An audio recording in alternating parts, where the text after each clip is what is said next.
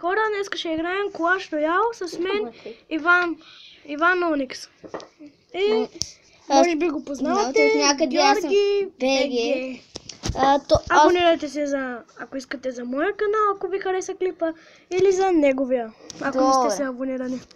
Да, хора, това ще е едно кратко информационно видео. Да, което ми е първото. Преди, сигурно няма и 3 часа ми се пана този Golden Chest, който виждате. Преди го като победих един нещо като ретар, защото беше много лесен, той сигурно ми се пусна. Но все пак ми взема едната кола. Може би сега ако намеря този реплей. Ако намеря сега този, ще ви го пусна да го видите.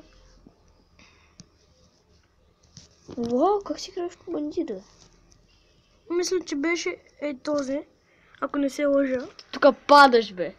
Не, не съм, аз тук падам. Не знам всъщност кой ще е, но няма да го пусна, сега ще видите на моя как аз играя. Ама, това е информационно видео, бе, човек. Не трябва да се игра на информационните видеа. Даже трябваше да снимаш скан. Не в Clash Royale. Божки. Само да го намеря. Бе, имаше... Ето го. Сега знам, че той имаше лава хаунд. Сега ще видите клипа. И си е взел единия тауър. Фото е. Този знам, че имаше лава хаунда.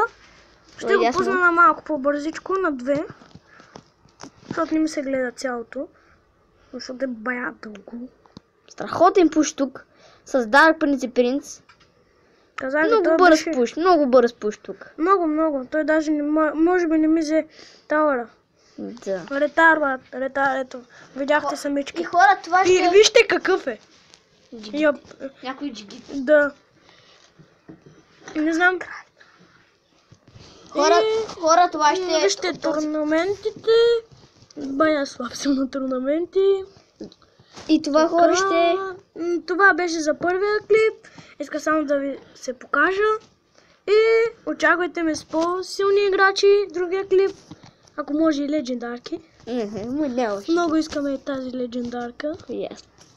Ето тази. И аз тази много искам. Ама е този, да го наречем хакер за сега.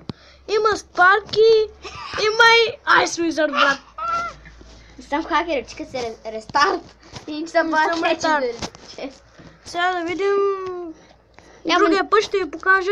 Малко битки от Classic Challenge. Ще ви покажа от Classic Challenge.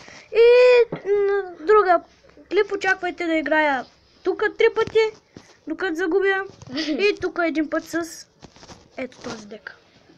И това ще е от нас. И очаквайте следващия клип. Ние бяхме Георги БГ и Иван Оникс.